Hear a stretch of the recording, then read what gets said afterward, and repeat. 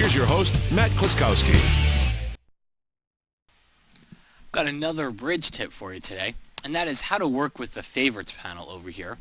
If you go up to edit and then you go down to preferences, you're going to see that you can actually control what favorite items go inside there, and this is really helpful.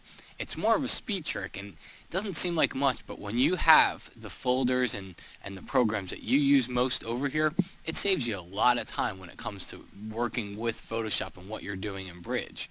So what you can do here is just check or uncheck. The reason why I'm going to say uncheck is because as much as it can save you time, it can slow you down if you've got a bunch of stuff up there that you just don't use. So, who really cares? Frankly, I hate to say this, but not many people are using version queue, so uncheck version queue. Maybe you're not using your My Pictures folder or collections or Adobe stock photos. If you don't use them, just uncheck them and click OK. And now you'll have all your favorites up there, or you'll have less favorites up there. The other trick, though, is you can drag folders over here. So you can see not only do I have my documents, but I've got all these other folders. And I did that just by finding the folder inside of Bridge here. Okay, so once you find that folder, just take the folder, drag it over here. You don't want to drag it in, you want to drag it between so you can kind of see a little bold line.